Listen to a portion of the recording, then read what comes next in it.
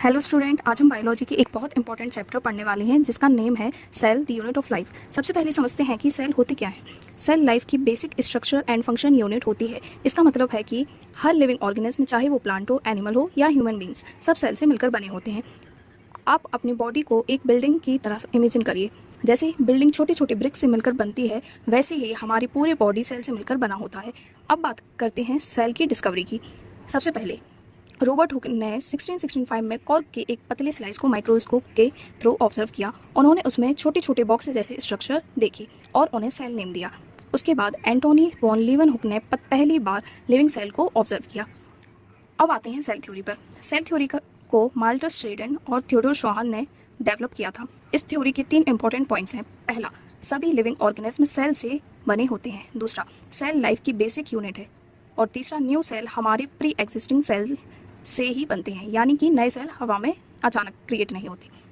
अब समझते हैं सेल के टाइप्स। सेल 2 टाइप्स के होते हैं, प्रोकार्योटिक सेल और eukaryotic cell. Prokaryotic cell simple होते हैं, इनमें ट्रू न्यूक्लियस नहीं होता और मेम्ब्रेन बाउंड ऑर्गेनेलिस भी एब्सेंट होती है। बैक्टीरिया और साइनोबैक्टीरिया इसके एग्जाम्पल हैं। दूसरी तरफ यूकार्योटिक सेल। यूकार्योटिक सेल में ट्रू न्यूक्लियस होते हैं और मेम्ब्रेन बाउंड ऑर्गेनेलिस भी प्रेजेंट होती है।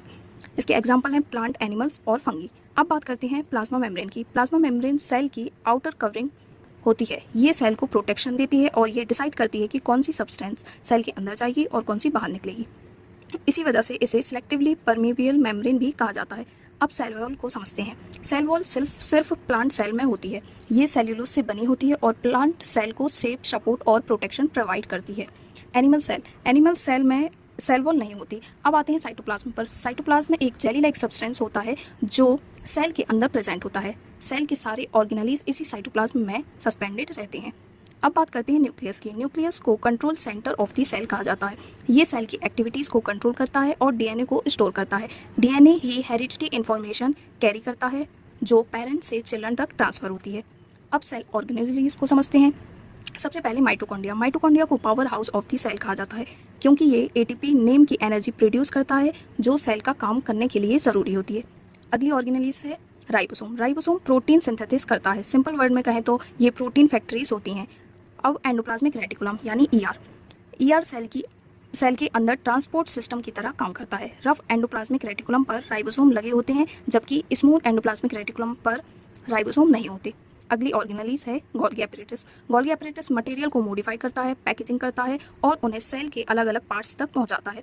अब आते हैं लाइसोसोम पर। लाइसोसोम में डाइजेस्टिव एंजाइम होता है। ये वेस्ट मटेरियल और डैमेज ऑर्गेनेलिस को तोड़कर डिस्ट्रॉय कर देता है। इसी वजह से इन्हें suicide bags of the cell भी कहा जाता है। अब वैक्यूल्स को समझते हैं। वैक्यूल्स स्टोरेज बैग होते हैं। ये वाटर, फूड और वेस्ट मटेरियल को स्टोर करते हैं। प्लांट सेल में वैक्यूल्स काफ़ी बड़े होते हैं। अब बात करते हैं प्लास्टिड की। प्लास्टिड सिर्फ प्लांट सेल में पाए जाते हैं। इनके 3 मेजर टाइप्स होते हैं, क्लोरोप्लास्ट, क्रोमोप्लास्ट और ल्यूकोप्लास्ट। क्लोरोप्लास्ट फोटोसिंथेसिस करता है, क्रोमोप्लास्ट कलर प्रोवाइड करता है और ल्यूकोप्लास्ट स्टोरेज का काम करता है। क्लोरोप्लास्ट के अंदर क्लोरोफिल होता है जो प्लांट को ग्रीन कलर देता है। अब फाइनली प्लांट सेल और एनिमल सेल का डिफरेंस देखते हैं। प्लांट सेल में सेल वॉल प्रेजेंट होती है जबकि एनिमल सेल में एब्सेंट होती है। प्लांट सेल में क्लोरोप्लास्ट होता है, एनिमल सेल में नहीं होता।